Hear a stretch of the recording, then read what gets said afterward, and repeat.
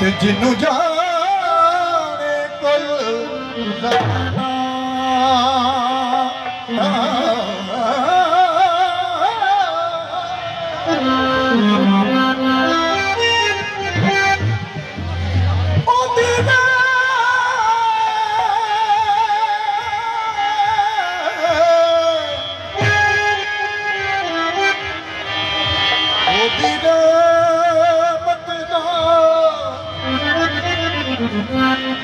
ਹਰ ਪਿਆ ਵੱਜਦਾ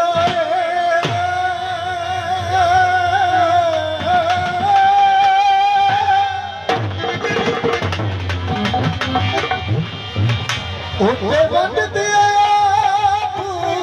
ਖਜ਼ਾਨਾ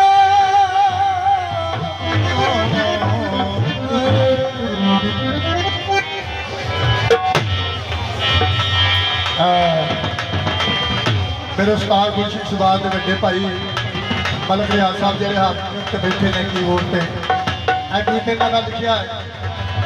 ਤੇ ਇਹ ਸਾਡੇ ਉਸਤਾਦ ਜੀ ਵੀ ਖਾਸ ਸਾਹਿਬ ਮਲਕ ਰਿਆਜ਼ ਸਾਹਿਬ ਦਾ ਲਿਖਿਆ ਕਾਬਲੇ ਗੌਰ ਨਾਲ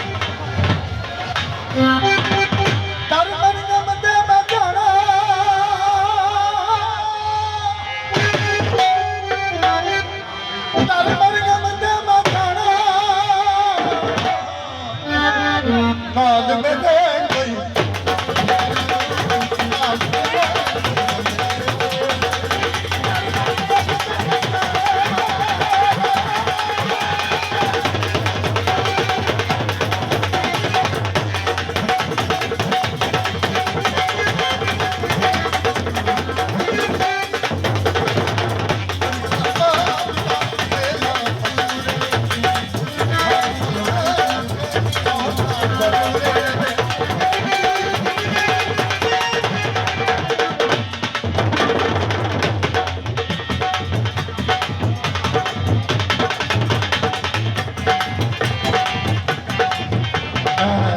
ਉਸਤਾਦ ਦੇ ਵੱਡੇ ਭਾਈ